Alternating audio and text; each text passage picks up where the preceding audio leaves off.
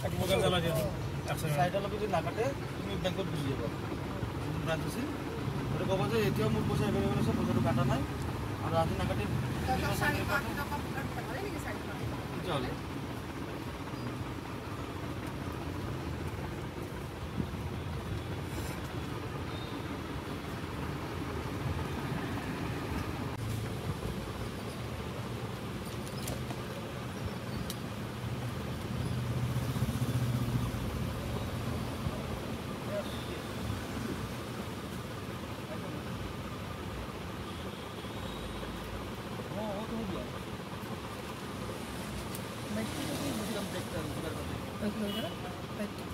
আজি এমাহে হ'ল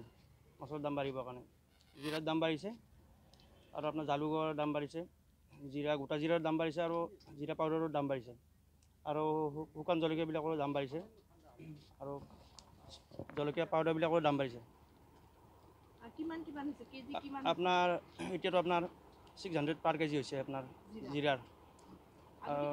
আগতে আপোনাৰতো আপোনাৰ 350 আছিলে 400 আছিলে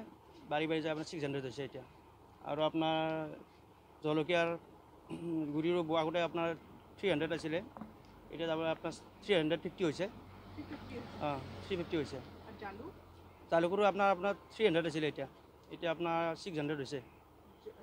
জালুকৰ মগজৰ দামটো আপোনাৰ মগজৰ দাম আছিলে আপোনাৰ আগতে 400 এতিয়া আপোনাৰ 900 হৈ গৈছে মগজৰ কিলো এতিয়া কিহৰ কাৰণে দাম বাঢ়িছে এইটো আমি ক'ব আমি কিহৰ কাৰণে বাঢ়িছে আমি যে গম নাপাম এতিয়া আমিতো ফেঞ্চি বজাৰৰ পৰা মাল আনো ইয়াতে আমাৰ পৰা দাম বেছিকৈ লয় আৰু আমিও কাষ্টমাৰৰ পৰা ল'ব লগীয়া হয় দাম এতিয়া আপোনাৰ আগতে আছিলে জিৰাৰ পেকেট আছিলে 55 আছিলে আপোনাৰ 100 গ্ৰামত 55 হৈছিলে এতিয়া যায় আপোনাৰ 75 85 হৈছে জলকীয়া গুড়ি আপোনাৰ আছিলে আগতে 45 আছিলে এতিয়া আপোনাৰ 100 গ্ৰামত এতিয়া আপোনাৰ 55 হৈছে পাৰ গ্ৰামত 100 গ্ৰামত প্ৰভাৱটো বহুতেই পৰিছে আগতে আপোনাৰ ভাবি লওক জলকীয়া গুড়িটো কিনিছিলোঁ যেতিয়া আপোনাৰ 45ত এতিয়া আপুনি আমাৰ এতিয়া প্ৰফিটটো নাই ইয়াতে খুব বেছি আমাৰ প্ৰফিট থাকে যদি 5 টকা এটা থাকে পাৰ পেকেটত এতিয়া আমাৰ কাৰণে দিগদাৰী হৈছে আমাৰ দোকানীবিলাকৰ কাৰণে কাষ্টমাৰেতো বহুত কমপ্লেইন দিয়ে কয় ইমান বস্তু দাম বাঢ়িছে আমাৰ লগত মানে কাজিয়া কৰে সেইকাৰণে